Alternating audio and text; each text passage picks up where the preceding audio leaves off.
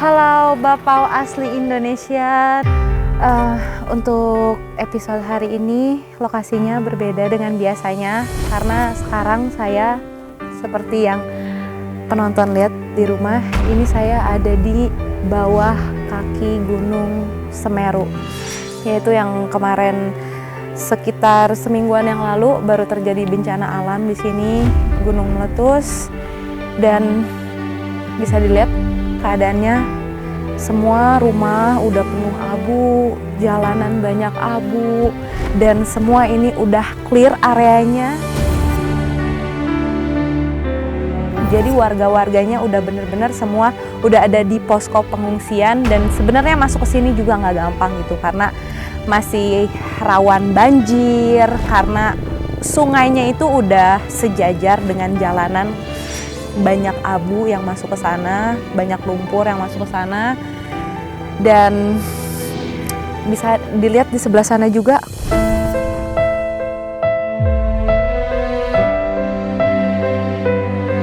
Yang bikin aku penasaran lagi, aku pengen banget sih ngedenger cerita langsung dari warga-warga yang tertimpa musibah ini, dan semoga kita bisa menghibur juga. Kita langsung aja ketemu sama warga-warganya.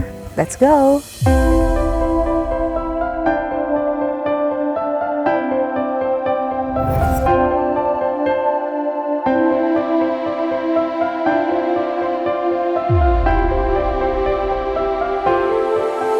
Saya sekarang lagi ada di masjid. Memang udah dengar dari banyak warga juga, ini termasuk masjid yang tempat warga berlindung ketika kejadian. Jadi banyak banget warga dari atas turun ke bawah dan berlindungnya di masjid ini. Dan semuanya yang berlindung di masjid ini alhamdulillahnya selamat.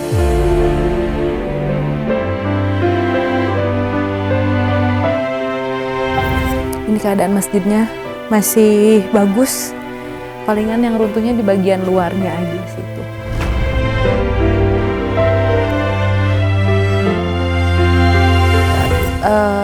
Tadi tuh saya sempat ngobrol sama warga juga ya. Masjid ini banyak banget warga yang berlindung di sini. Banyak. Tahu gak masnya kira-kira berapa warga? Kurang tahu ya, pokoknya di sini warga di sini kan banyak rumah. Ini kebanyakan larinya ke sini. Banyak banget, dan banyak. semuanya pada selamat di sini, berlindung di sini.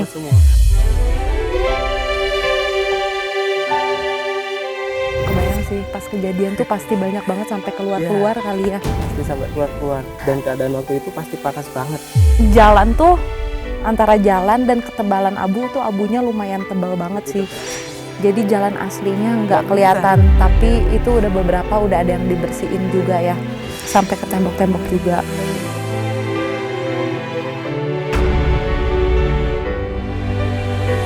Nah, Mas, yang aku penasaran lagi itu H+2, H+3. Ada gak yang ditemuin tapi masih hidup di sekitar sini? Kalau di sekitar sini H+2-nya mungkin masih ada nggak? H+3 itu kebanyakan yang udah meninggal. Ada. Kalau H+2 itu yang ditemuin keadaannya yang udah pada parah juga kali. Lemes dan luka bakar karena kena abu.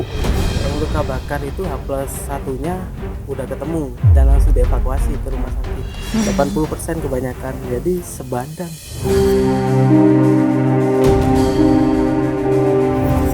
Dan tadi aku juga sempat dengar, jadi H+1 itu warga kebanyakan nyari keluarganya. H+2 masih nyari keluarganya juga. Setelah H+3, H+4 baru mereka mikirin ada barang-barang apa yang ada di rumahnya, barang berharga. Tapi ada lagi cerita, ternyata ada yang sempat yang jarah gitu. Jadi banyak juga warga yang kehilangan barang-barang berharganya, uangnya banyak yang hilang. Jadi memang kayak ada orang-orang yang memanfaatkan situasi.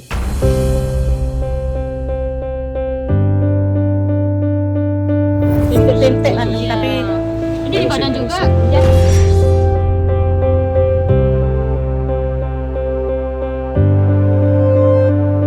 Iya, sekarang kita udah nyampe rumahnya Mas Zain yang nganter kita tadi ke Curah Kobokan. Kebetulan di rumah Mas Zain itu ada relawan medis ya. Berarti relawan medis ini yang bantu korban-korban yang luka, mungkin dari luka bakar gitu ya. Fungsi-fungsi. Hai, selamat sore. Ini lagi, ini di sini obat-obatannya ada vitamin C, ada obat mata. Ini obat mata lumayan banyak. Kenapa matanya banyak yang merah-merah karena kena abu? Iya sih, Kak. banyak juga pasien yang matanya sakit.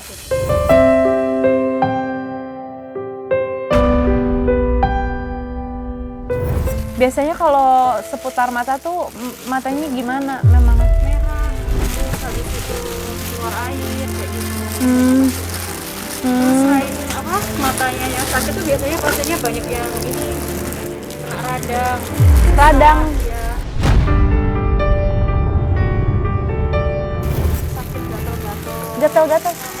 Sampai bener ada yang parah juga gatal-gatalnya kemarin. Gatal-gatalnya tuh dari mana? Karena kan dari selain abu juga ada banjir, ada desa yang kebanjiran Kemarin juga juga. ada banjir Benar. juga. Jadi banyak banget anak-anak yang gatal-gatal gitu Kak. Dari airnya. Iya, dari Ya, airnya. gatal-gatal selama diare. Oh. Ini boleh aku coba sambil bantu packingin ya? Boleh, boleh. Nah, ini tuh packinginnya packingin apa aja biasanya yang di packingin? Ini obat-obatan yang bisa langsung diserahin ke korban. Iya. Iya.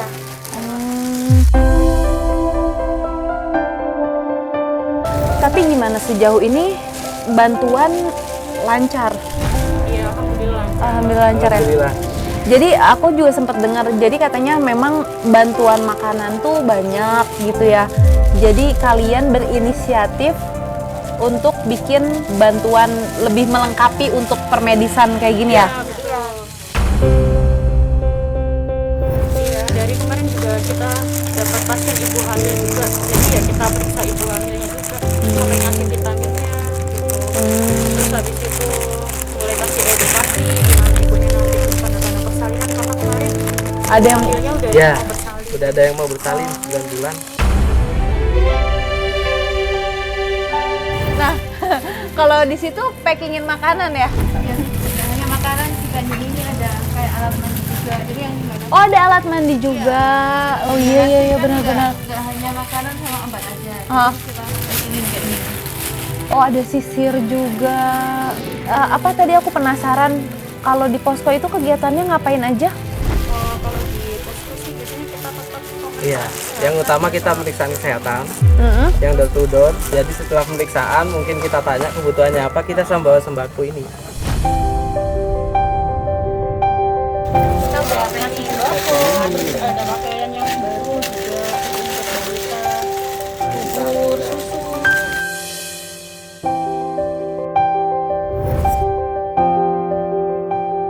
Stok-stok barang, ada popok juga ya? Iya, ini Oh, ini popok bayi. Wah, seneng sih. Alhamdulillah lengkap ya. Oh iya. Ini dia buat anak bayi. Oh, gemes banget nih. Ada yang untuk balita, sabunnya juga lengkap. Oh iya, ada rautannya.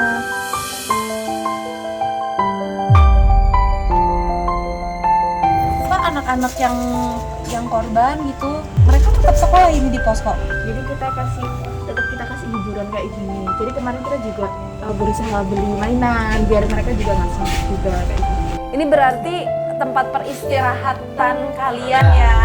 Ini selama jadi relawan, aktivitasnya tuh dari jam berapa sampai jam berapa? Atau ada yang harus standby 24 jam mungkin takutnya ada apa-apa kalau Kalau kita pagi biasanya jam 8 gitu keliling ya. Keliling kalau tergantung lokasinya. Kalau misal jauh ya kita bisa memakan waktu sampai sore gitu. Nah, sejauh ini yang kalian sempat lihat gitu ya, ada gak sih kayak yang parah gitu lukanya yang kalian lihat di pos? Pertama kali kita baru datang, terus kan malamnya itu kita Langsung kita langsung keliling kan. Nah Nah itu tuh Itu H+1 ya berarti atau malamnya? Begitu kejadian malamnya? H+1. H+1. Itu kita langsung nemuin orang yang kena dengan luka bakar. Memang luka bakarnya nggak parah, tapi efeknya memang panas gitu. Meriang, makanya tadi ada apa obat formulasi gitu ya. Ada gak sih kayak korban tuh yang misalkan kalian udah obatin gitu, makin kesini tuh makin hari nggak sembuh-sembuh atau makin parah? Ada nggak yang mungkin trauma sih, trauma. Jadi trauma itu bukan cuma ke orang dewasa, ada juga anak kecil yang kayak orang tuanya tuh udah nggak ada semua.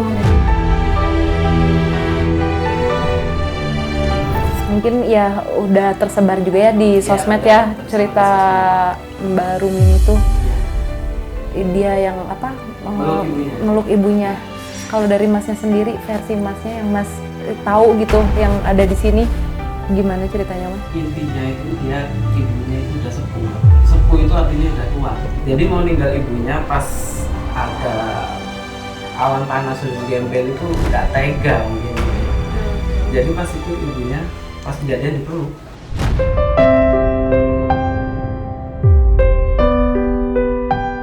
Di video yang viral itu, iya habis pulang haji dia yang lari cepet banget. Lari, iya. Siapa itu namanya? Tidak. Vida. Tidak. Vida. Tadi kan ada tadi. Iya. Itu pertama terjadi kejadian pertama tuh di video. Dia habis pulang haji, terus lari ke masjid ya. Iya. Ya. Kebetulan kita Ke masjid yang tadi Nah, kita datengin.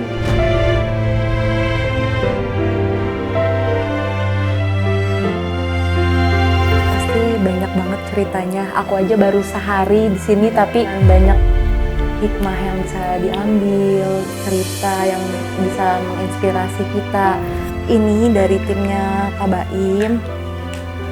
Ada titipan. Ya, Mas Zen.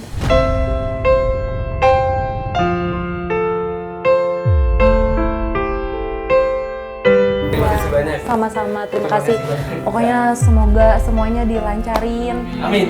Yang lagi bantuin juga dikasih kesehatan juga ya. Amin. Semangat terus sampai kondusif semua. Ya, pasti.